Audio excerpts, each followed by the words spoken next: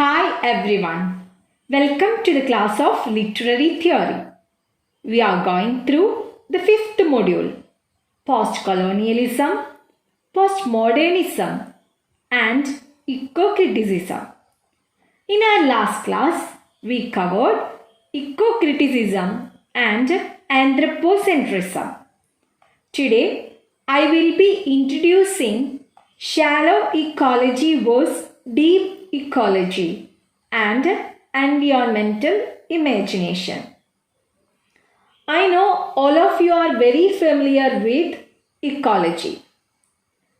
What is ecology? Ecology is the study of the interrelationship between species and their environment. In 1962, when Rachel Carson's Silent Spring was published against the ill effects of agricultural and industrial toxic residue, it was a wake-up call for action against the existing but erratic patterns of development. In the 1970s, deep ecologists like the Norwegian Arne Naess and American Bill Dewar dismissed the technological and managerial solutions as insufficient and incapable of alleviating the wounds imposed by deforestation, population increase, and environmental pollution. Later, the Bhopal gas disaster, the Chernobyl radiation leakage, and the endosulfan tragedy were some occurrences that demanded widespread action. What is shallow versus deep ecology? Arne Naess, a Norwegian professor, draws a definite line between two areas that he calls shallow ecology and deep ecology. Let's begin with shallow ecology. Shallow ecology is a movement which simply promotes conservation strategies or policies against pollution and the depletion or lowering of resources. We know it well, our natural resources are decreasing day by day. Shallow ecology is an environmental movement which is based on anthropocentrism viewpoint. I hope all of you have got clear idea about anthropocentrism through our last class. Here, human has intrinsic value, which is opposite to deep ecology. Shallow ecology believes environmental conservation should be promoted and protected against natural exploitation, but it advocates protection of nature in terms of human interest only. Shallow ecology തീർച്ചയായും മനുഷ്യനാണ് കൂടുതൽ പ്രാധാന്യം നൽകുന്നത്. മനുഷ്യന് പ്രാധാന്യം നൽകിക്കൊണ്ട് മാത്രം പ്രകൃതിയെ സംരക്ഷിക്കുക എന്നൊരാശയമാണ് ഷാലോ ഇക്കോളജി ഫോളോ ചെയ്യുന്നത്. എന്നാൽ ഈ ഒരു കോൺസെപ്റ്റിന് ജസ്റ്റ് ഓപ്പോസിറ്റ് ആണ് deep ecology. Basically shallow ecology is not liberal or broad-minded environmental movement. Besides, human being, other living organism also exists in the earth So we should think about them also. Here, whatever beneficial for human, that will be conserved. Not other this philosophy will not suitable for long term. But shallow ecology is example of initial initiative for environmental protection, conservation, and build awareness among people regarding environmental ethics. In Western science, religion, humans are considered as the mastermind of the earth, and that we can use the earth, forest, animals, etc. for us and use them for our benefit. Even environmentalists use a very scientific, rational and human-centered approach that we have to preserve the nature, earth, forest, rivers, that we can use them for our benefit. Next we are going through deep ecology. The term deep ecology was coined by philosopher Arne in 1973. He explained two forms of environmentalism as long-range deep ecology movement and shallow ecology movement. Deep ecology is a movement that promotes ecological wisdom, which is the understanding of the reason for the shallow ecology movement by acknowledging the inherent value of all forms of life.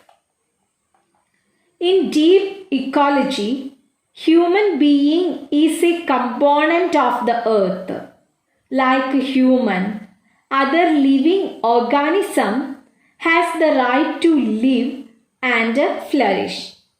So, human doesn't have the right to exploit nature and make vulnerable other organisms.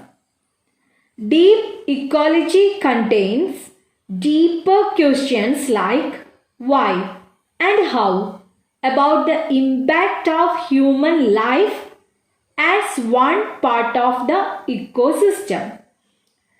Deep ecology is an ethical system that takes as its premise that all living things have inherent value. People who hold this philosophy believe that humans should shape their lives so as to have as little adverse impact on ecosystems as possible. Some conservationists value ecosystems, but more from the perspective of what they do for human beings than for any belief that they have an inherent value.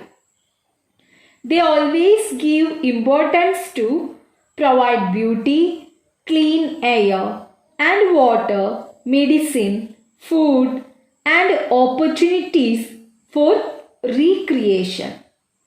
From the perspective of deep ecologists, this is shallow ecology.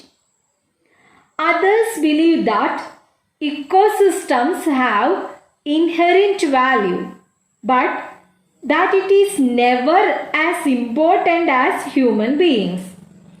This is perhaps an intermediate position.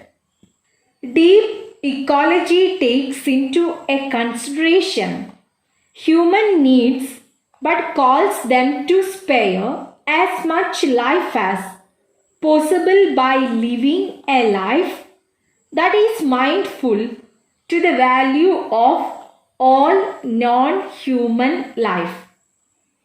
Deep ecology supports a principle of diversity. coexisting and cooperating with our non-human counterparts leads to prosperity and growth among forms of life.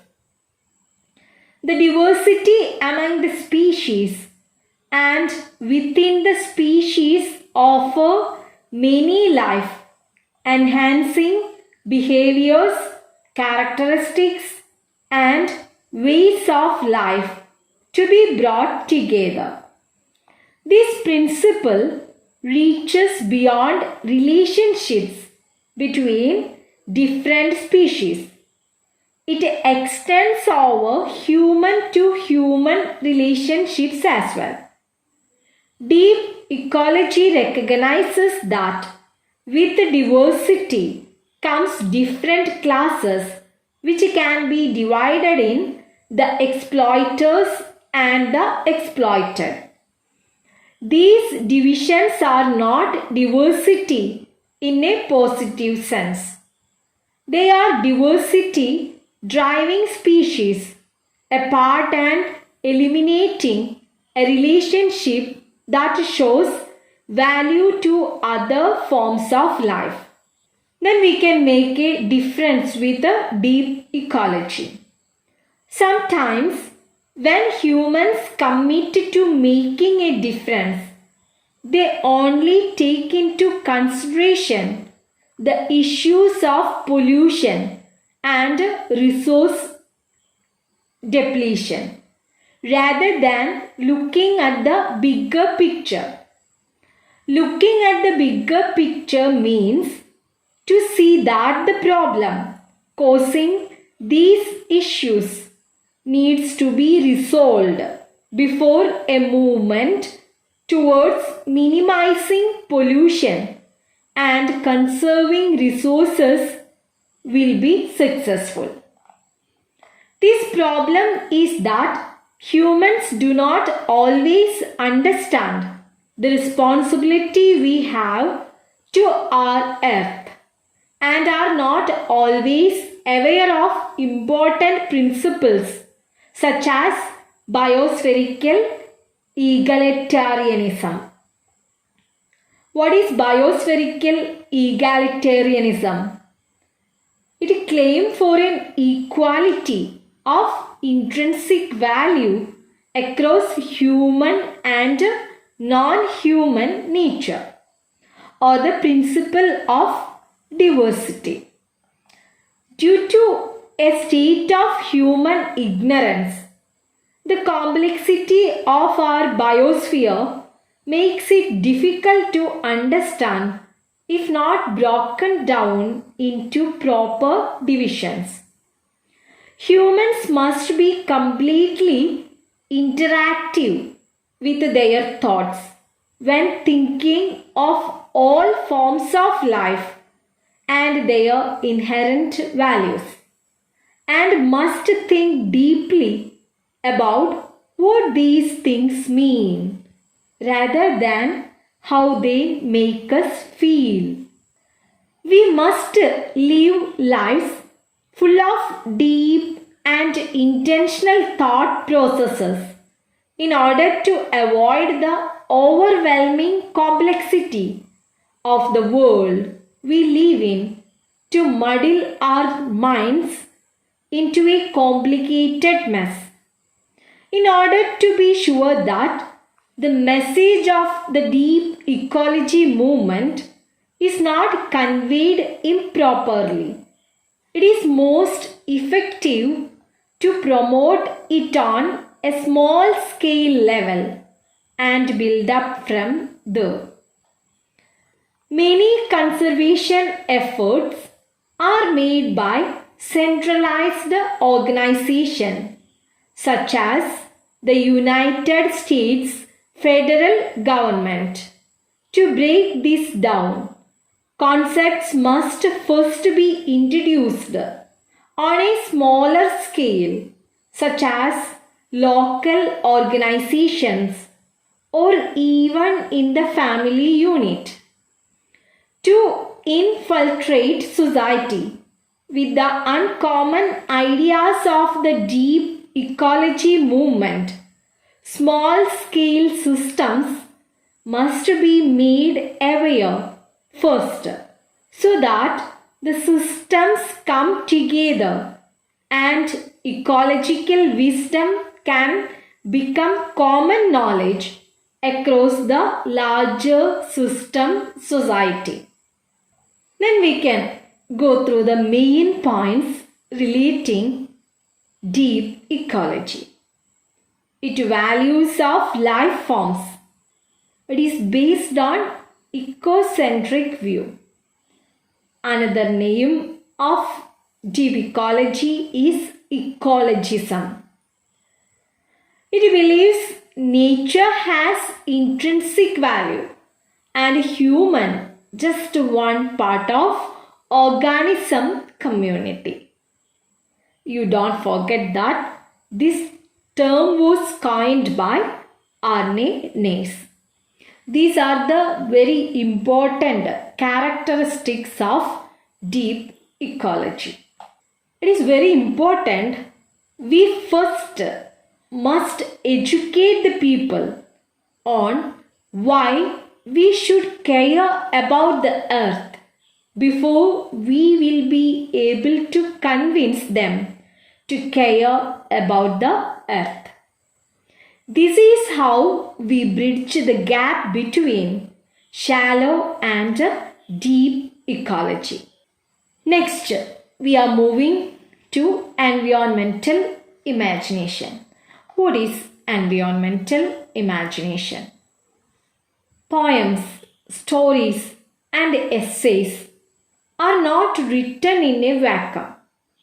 They arise from the imaginations of writers who are imprinted and influenced by specifics of place and landscape, by history, geography, geology, biology, and ecology, among others.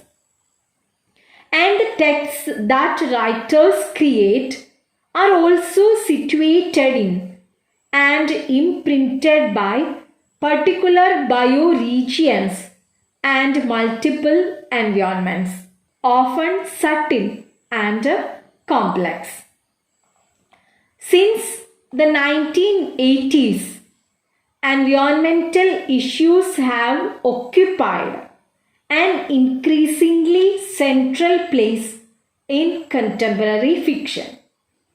While the relationship between humans and nature has always played an important role in Western literature from Theocritus to Thoreau, the ecological awareness of threats to the balance of the biosphere is a relatively recent phenomenon that has penetrated society and the literary imagination alike.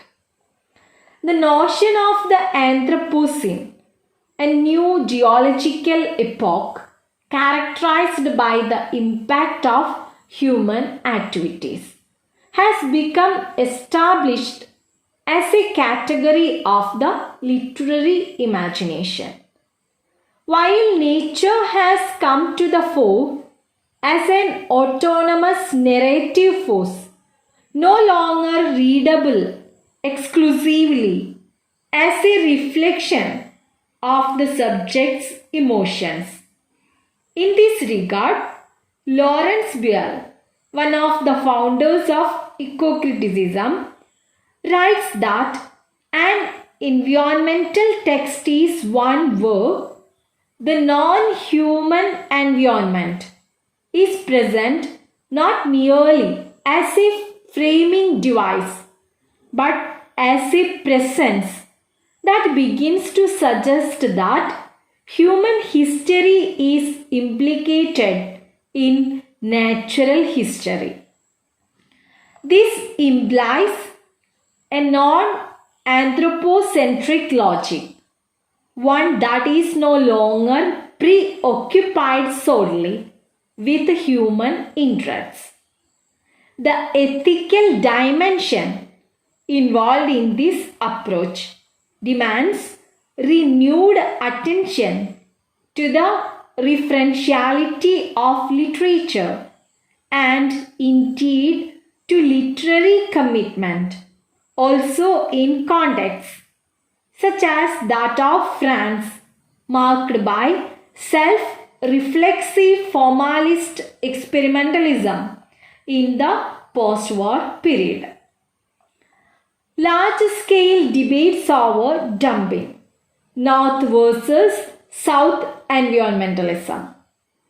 We can see the necessary differences between the environmentalism of the developed and technology advanced, richer nations, the North, and the poorer, subsistence environmentalism of the developing or third world, the South. Donald Worster's Nature's Economy became a textbook for the study of ecological thought down the ages. The historian Arnold Toynbee recorded the effect of human civilization upon the land and nature in his monumental Mankind and Mother Earth. Environmental issues and landscape use were also the concern of the Annales school of historians, especially Brodel and Faber. The work of environmental historians has been path-breaking too. Richard Grove's massive Nature and the Orient, David Arnold and Ramachandra Guha's Nature, Culture, Imperialism have been significant work in the environmental history of India and Southeast Asia. Ramachandra Guha is of course the most important environmental historian writing from India today. Various versions of environmentalism developed. Deep ecology and ecofeminism were two important developments. We have already understood what is deep ecology. These new ideas questioned the notion of development and modernity and argued that all Western notions in science, philosophy, politics were anthropocentric and androcentric. Anthropocentric means human-centered. Androcentric means male or male-centered. Technology, medical science with its animal testing, the cosmetic and fashion industry all came in for scrutiny from environmentalists. I hope all of you have got the clear idea about shallow ecology, deep ecology, and environmental imagination. We have also went through some important works relating environment. We will be introducing ecofeminism in our next class. Take care and stay at home. Thank you.